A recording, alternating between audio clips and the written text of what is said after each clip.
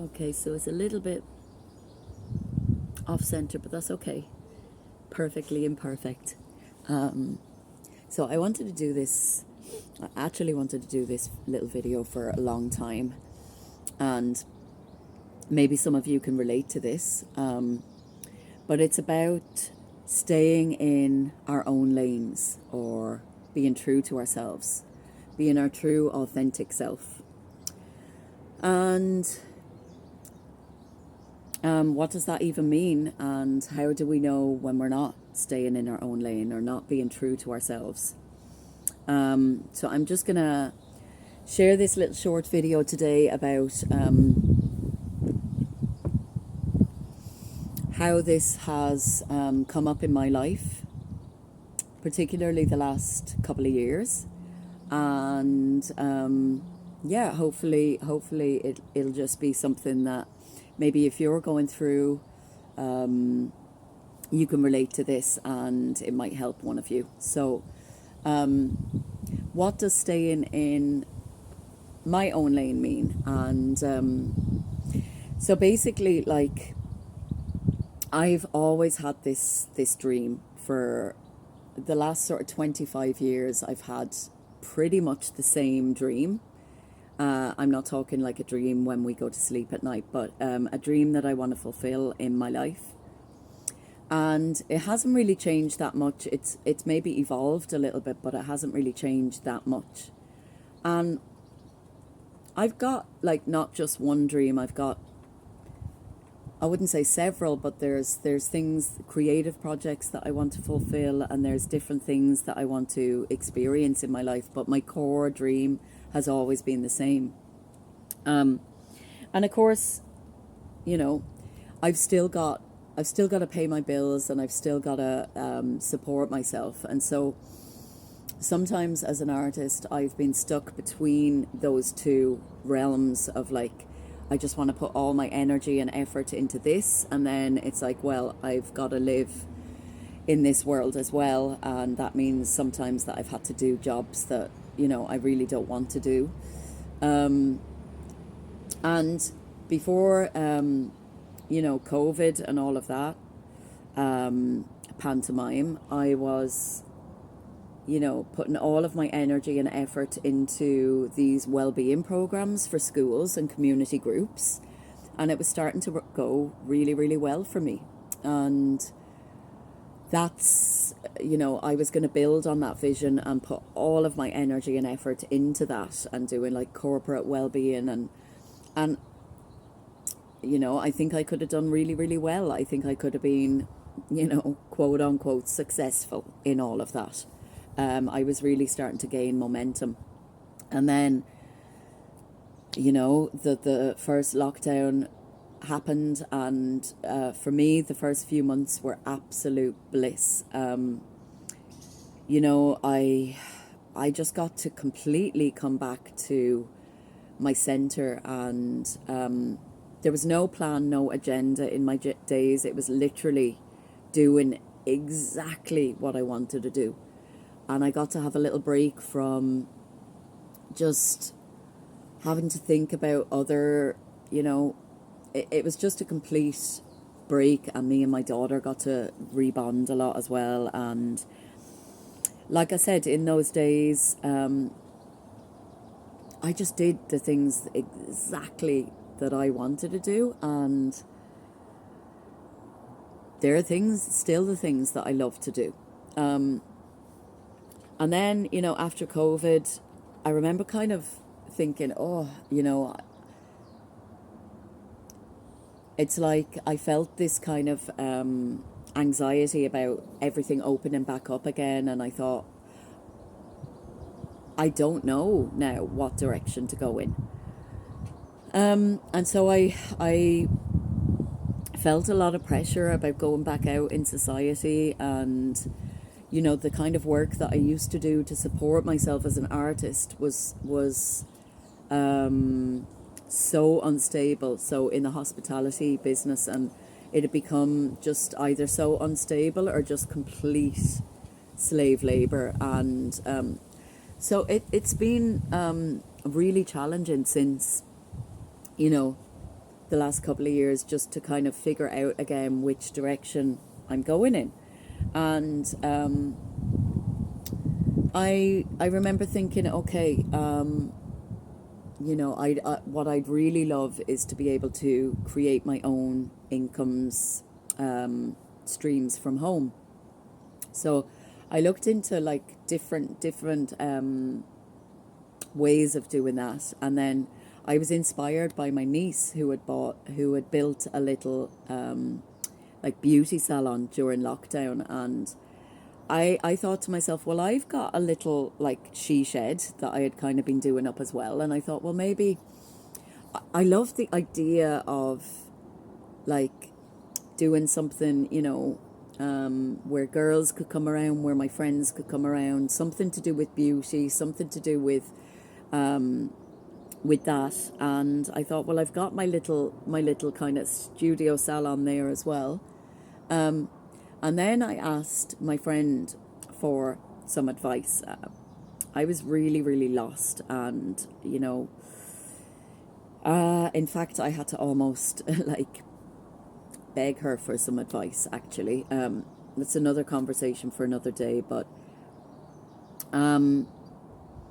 we had quite similar maybe some of our things that we wanted, some of our dreams, I suppose, and I had confided some of those. And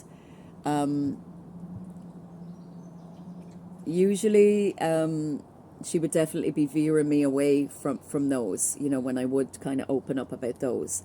And this time, you know, she was like, well, why don't you go do nails or something? Even though I had talked to her about these other kind of things that I really wanted to birth and bring to life. And then, you know, because I had my little salon there, I thought, okay, yeah, that could be a good idea, actually. So, you know, I went and put my time and energy into that. And don't get me wrong, I'm totally not blaming. It's just I've learned a lesson from that as well about, you know, just be careful who you ask advice or seek counsel from. And really, I've learned that we are our own counsel, really, because we know. Because when I went down that path, okay, it first of all, it kind of, the ego side of me got excited. I thought, yeah, you know, it'll be a pretty little job, and I'll have you know, girls coming around, and you know, it'll be nice to, you know, have girls coming around and we can have those little chats. And so I went and I did the course, and you know, after the course, I remember starting to practice, and straight away I knew. I just knew. I was like, this is just not, it feels like an effort. And that's what I want to say about how we know when we're not in our own lane or we're not being our true, authentic self, is that it just feels like an effort. And I remember thinking, because I had put like, you know, money into the training and into all the kit, and I had even gone and set up my, you know, my social media, I had to kind of try it, you know. And it was such a difficult time, because in my heart I knew that this just isn't really feeling in alignment. And when I would go into my studio to do the practice work, I'd be looking at all these other projects thinking, that's what I really want to be doing. And I've realized that to put my time and energy and effort into the nails, it's not just like, you know, you can go and get a waitressing job and you do your set hours and you come home. No, I would have had to have put all my time, energy and effort into marketing it, into practicing, into adding and building onto my kit. And I just thought, that's not really what I want to be doing. To be putting all my, dedicating all my time and energy and effort into something that I don't really want to be doing. And it was so hard for me to actually come to that conclusion and completely let it go. don't get me wrong, I like doing my own nails, and I like, you know, I like doing my daughter's nails and my sister's nails. But as a career, as a little career path, it wasn't for me. And it was so hard for me to actually admit that to myself, because I had put the time and energy and money into it as well. And I learned a lot, because my worst big mistake was telling anybody about it. I didn't really need to tell anybody, I suppose, until I was ready, maybe. So, yeah, I suppose how we know when we're not in our own lane is that it feels like an effort. And now that I've got another story as well about something that another kind of diversion that I went down lately as well, and it just turned out to be, something that egoically, again, it sounded really interesting, and it could have been quite an exciting kind of path to take. But it just was not me. And so I've been emptying my cup lately, and I've completely let go of this idea now of that I'm going to be this nail artist. It's been really, really hard for me to do that, like I said, because I put my time and energy into something that hasn't worked out really.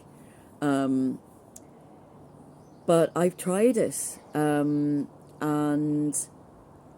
I am brave enough to honour what I truly, truly do want. And what I truly do want hasn't changed, like I said, for the last 25 years.